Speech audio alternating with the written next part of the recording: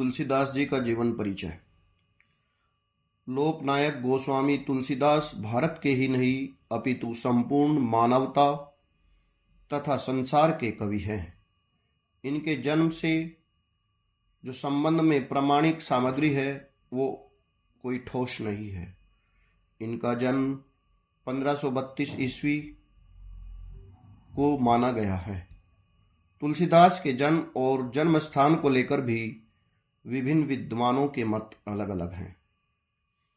इनके जन्म के संबंध में एक दोहा है, 1554 बिसई कालिंदी के तीर, श्रावण शुक्ला सप्तमी तुलसी धरियो शरीर।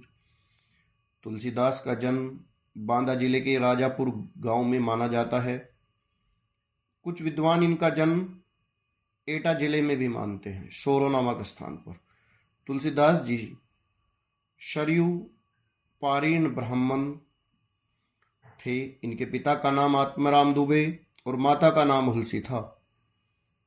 और ये कहा जाता है कि अभ्युक्त मूल नक्षत्र में जन्म होने के कारण इनके माता पिता ने इन्हें बाल्यकाल में ही त्याग दिया था। इनका बचपन अनेक कष्टों से बीता। इनका पालन पोषण प्रसिद्ध संत नरहरिदास ने किया और इन्हें ज्ञान एवं भक्ति की शिक्षा प्रदान की।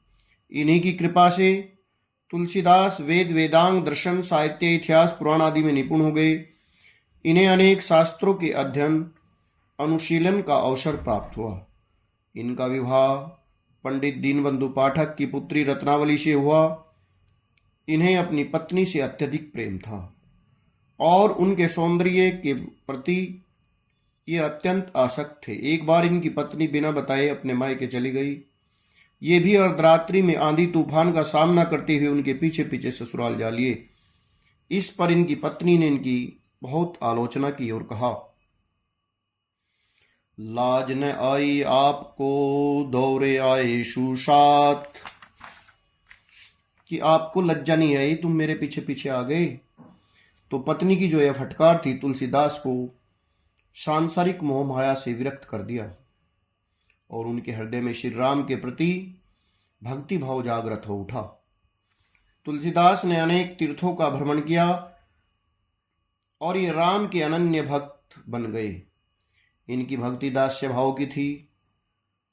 1574 में इन्होंने अपने सर्वश्रेष्ठ महाकाव्य रामचरितमानस की रचना की तथा मानव जीवन के सभी उच्चादर्शों का समावेश करके इन्होंने राम को मर्यादा पुरुषोत्तम बना दिया।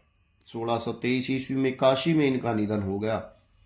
इनकी मृत्यु के संबंध में भी एक दोहा प्रचलित है, संवत 1680 गंग के तीर, श्रावण शुक्ला सप्तमी तुलसी तज्यो शरीर। इनकी अब दूसरा जो हेडिंग लगेंगे रचनाएं, कृतियां। इनकी कृतियां जो हैं, रामलला नहछू, वैराग्य संदीपनी, रामाज्ञा प्रसन्न, जानकी मंगल, श्री रामचरितमानस, पार्वती मंगल, गीतावली, विनय पत्रिका, श्री कृष्ण गीतावली, भैरवी रामायण, दोहावली, कवितावली, ये इनकी प्रमुख रचनाएं हैं। अब साहित्य में स्थान। गोस्वामी तुलसीदास हिंदी के सर्वश्रेष्ठ कवि हैं। इन्हें समाज का पथ प्रदर्शक कवि कहा जाता है। इनके द्वारा हिंदी कविता को सर्वोन्मुखी उन्नति हुई।